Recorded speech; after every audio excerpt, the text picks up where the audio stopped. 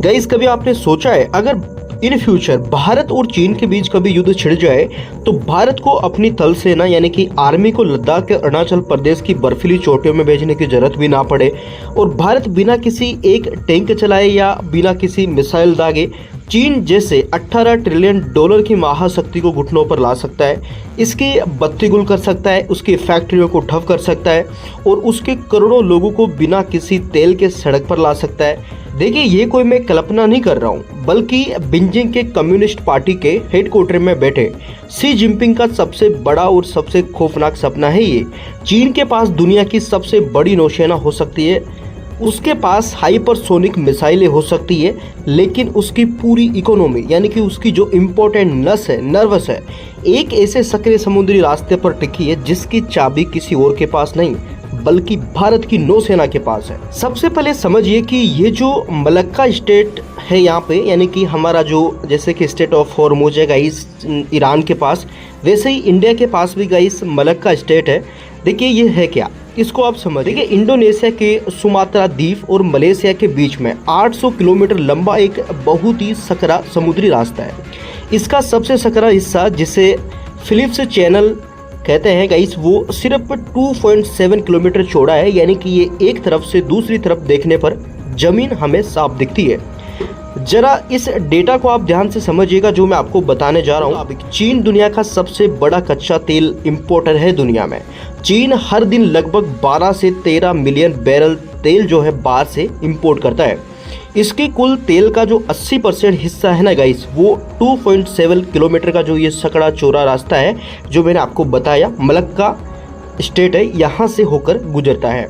इसके बाद 60% ग्लोबल जो ट्रेड है गाइस, वो चीन यहीं से करता है। मतलब 60% से ज़्यादा जो समुद्री व्यापार है इसी एक रास्ते पर निर्भर है। हर साल यहाँ से 90,000 से ज़्यादा व्यापारिक जहाज गुजरते हैं गाइस। इसके बाद आप समझिएगा इसकी सिमुलेशन डेटा के अनुसार अगर मलक्का स्टेट 30 दिनों के लिए पूरी तरह से ब्लॉक कर दिया जाए तो चीन के पास मौजूदा स्ट्रेटेजिक ऑयल रिजर्व खत्म होना शुरू हो जाएगा। 60 दिनों के भीतर ही चीन की 40% जो बिजली बनाने वाले जो पावर प्लांट्स हैं वो बंद पड़ जाएंगे, उसकी ट्रांसपेरेंस ठप हो जाएगी और चीन की इकोनॉमी हर दिन अरबों डॉलर का नुकसान उठाएगी गाइस। देखिए, इस खौफ को साल 2003 में ही चीन के तत्कालीन राष्ट्रपति हुन चिंतो ने पहली बार एक शब्द दिया था गाइस, मलक्का डिलीमान। उन्होंने अपनी सेना को चेतावनी दी थी कि जब तक चीन मलक्का पर निर्भर है तब तक कोई भी बड़ी ताकत यानी कि विशेषकर अगर भारत अमेरिका की बात करी जाए तो चीन का गला भाई कभी भी दबा सकते हैं या घोट सकते हैं। लेकिन सवाल ये उठता है गाइस, क्या भारत इस स्केल में कैसे आता है, यानी कि भारत कैसे आगे इस स्केल में। जरा हम नक्शे को गौर से देखते हैं। मलक्का स्टेट का उत्तरी मुहाना है, यानी कि जहां से जहाज मिडिल ईस्ट और अफ्रीका से तेल लेकर मलक्का में एंट्री मारते हैं, ठीक उसी मुहाने के सिर पर गाइस हमारा है अंडमान निकोबार। जैसा कि हाल ही में आपको पता है कि गाइस मोदी जी भी अंडमान निकोबार गए थे, ये उसी से रिलेटेड है, वही ये अंडमान निकोबार है। देखिए, भौगोलिक रूप से अगर हम अंडमान द्वीप भारत की मुख्य भूमि यानी कि लगभग 1200 किलोमीटर हमसे दूर है, लेकिन मलक्का के मुहाने से इसकी दूरी सिर्फ 150 से 200 किलोमीटर है, यानी कि भारत बिना कोई जहाज भेजे अपनी जमीन पर खड़े होकर मलक्का के प्रवेश द्वार को पूरी तरह से अपनी नजरों में रख सकता है। भारत इस द्वीप को एक बहुत बड़े मिलिट्री किले में बदलना चाह रहा है या धीरे धीरे बदल रहा है, जैसे दुनिया के रक्षा विशेषज्ञ जो कहते हैं मानते हैं कि कभी न डूबने वाला विमानन पोत, यूनिकेबल एयरक्राफ्ट कैरियर। देखिए, भारत के मास्टर स्ट्रोक डेटा को समझना जरूरी है।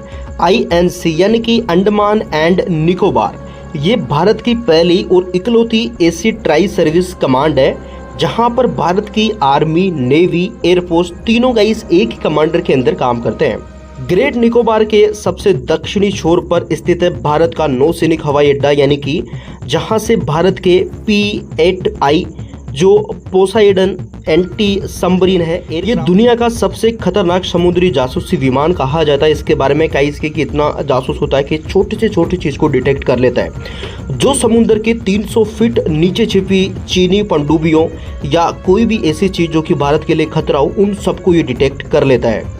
रनवे एक्सपेंटेशन यानी कि देखा जाए तो भारत ने अंडमान के रनवे को लगभग 10,000 फीट तक बढ़ा दिया है, जिससे भारत के सबसे घातक फाइटर जेट्स सुकोई Su-30 MKI और राफेल यहाँ से सीधे टेक ऑफ कर सकते हैं और मलक्का की नाकाबंदी कर सकते हैं हम गाइस। देखिए, चीन जानता है कि भारत उसकी गर्दन पर पैर रखकर बैठा है और इसी खौफ से बचने के लिए गाइस चीन पिछले 15 सालों से दुनिया का सबसे महंगा जुआ खेल रहा है। यानी कि चीन कर क्या रहा है, चाइना पाकिस्तान इकोनॉमिक कॉरिडोर बना रहा है। देखिए, आपने सुना होगा कि जो चाइना है पाकिस्तान में बड़ा इन्वेस्टमेंट कर रहा है, तो वो एक इसी का पार्ट है गाइस। आपने हमेशा सुना होगा कि चीन पाकिस्तान में लगभग 62 बिलियन यानी कि लगभग 5 लाख करोड़ रुपए का जो इन्वेस्टमेंट है वो कर रहा है ताकि पाकिस्तान का जो विकास है हो सके। यहाँ बहुत बड़ा झूठ है गाइस, चीन को पाकिस्तान के विकास से कोई लेना देना नहीं है। असली खेल क्या है वो आप समझिए। देखिए, मलक्का को बाईपास करना चीन का सबसे बड़ा मकसद है यहाँ पे, यानी कि मिडिल ईस्ट से आने वाले तेल मलक्का और अंडमान के पास से गुजरने के बजाय सीधे पाकिस्तान के ग्वादर पोर्ट पर उतरे और वहां से जमीनी रास्ते से चीन के यहाँ पे सिनजिनपियांग प्रांत पर पहुंच जाए, यानी कि सीधा पाकिस्तान से चीन पहुंच जाए जमीनी रास्ते से। तो चीन भी गाइस एक कदम आगे चल रहा है, लेकिन यहाँ चीन का गणित पूरी तरह से फेल हो गया गाइस। डेटा बताता है कि ग्वादर से चीन तक तेल ले जाने के लिए कराकोराम हाईवे से टैंकर भेजने का जो खर्चा है समुद्री रास्ते के मुकाबले 5 से 8 गुना ज़्यादा पड़ता है। इसके अलावा बलूचिस्तान में होने वाले हमले और पाकिस्तान की कंगाली यानी कि CPEC प्रोजेक्ट को लगभग ठप कर दिया है यहाँ पे। इतना ही नहीं गाइस, चीन के म्यांमार में ऑयल पाइपलाइन बनाई और थाईलैंड में करा कैनाल बनाने की कोशिश भी करी है ताकि मलक्का का विकल्प मिल सके, लेकिन 2026 तक भी चीन मलक्का का कोई भी तोड़ नहीं निकाल पाया है। चीन की 80% तेल सप्लाई आज भी भारत की मिसाइलों की रेंज से गुजरती है गाइस। अब आते हैं उस सबसे बड़े सवाल पर, क्या भारत सच में युद्ध की स्थिति में मलक्का स्टेट ऑफ को ब्लॉक कर सकता है? अंतर्राष्ट्रीय कानून के मुताबिक गाइस क्या ये संभव है? तो देखिए, शांति काल में किसी भी अंतर्राष्ट्रीय समुद्री रास्ते को रोकना एक्ट ऑफ वॉर यानी कि युद्ध की सीधी घोषणा माना जाता है। भारत एक जिम्मेदार देश है, इसलिए भारत बिना वजह ऐसा नहीं करेगा। लेकिन अगर चीन ने लद्दाख, अरुणाचल प्रदेश या हिंद महासागर में कोई हिमाकत करी यानी कि कोई गलत हरकत करी, तो भारत के पास एक्रॉस द बॉर्डर यानी कि एक्सलेशंस का विकल्प भी मौजूद है गाइस। यानी कि जंग भले ही हिमालय के पहाड़ों पर शुरू हो, लेकिन भारत उसका जवाब समंदर के रास्ते में चीन की इकोनॉमी का गला दबाकर दे सकता है। और गाइस, इस काम को भारत अकेला नहीं करेगा, यानी कि इंडिया, USA, जापान, ऑस्ट्रेलिया का इसी रणनीति पर काम करता है।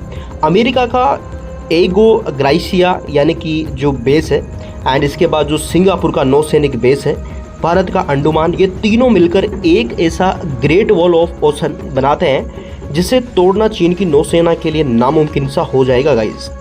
दोस्तों, इतिहास गवाह है कि जंग सिर्फ बंदूकों और मिसाइलों से नहीं जीती जाती है, जंग जीती जाती है रणनीति यानी कि स्ट्रेटजी के थ्रू। भले ही दुनिया को अपने अर्थव्यवस्था, अपनी सेना का खौफ चीन दिखाता हो, लेकिन उसे अच्छी तरह से पता है कि हिंद महासागर में भारत कोई आम खिलाड़ी नहीं है, बल्कि the king of the Indian ocean है। यहाँ पे अंडमान और निकोबार के रूप में भारत के पास जो कुदरती और सैन्य बढ़त है वो चीन की हर चाल को मात देने के लिए काफी है गाइस। अब मुझे आप कमेंट सेशन में बताइएगा कि आपको क्या लगता है, भारत को अंडमान में अपनी सैन्य मौजूदगी को और ज्यादा बढ़ाना चाहिए, या भाई जिस तरीके से अपोजिशन राहुल गांधी जी हाल ही में वहां पे गए थे जब ये मामला उठा था, तो उनकी बात मानकर हमें पीछे हट जाना चाहिए? क्योंकि भारत अपनी सुरक्षा है उसके साथ ऐसा खिलवाड़ करेगा? क्या वो चीन को मजबूत होने देगा? क्या वो चीन को कभी दबाने का कोई स्ट्रेटजी बनाने के करीब जाएगा? तो क्या ऐसे डर के पीछे हट जाएगा? तो क्या लगता है आपको? कमेंट बॉक्स में जरूर बताएगा। बाकी गाइस, मैं ऐसे ही इंटरेस्टिंग फैक्ट और डेटा वाले जो वीडियोज आपके लिए लाता रहता हूँ, तो चैनल को सब्सक्राइब करना मिस मत करेगा।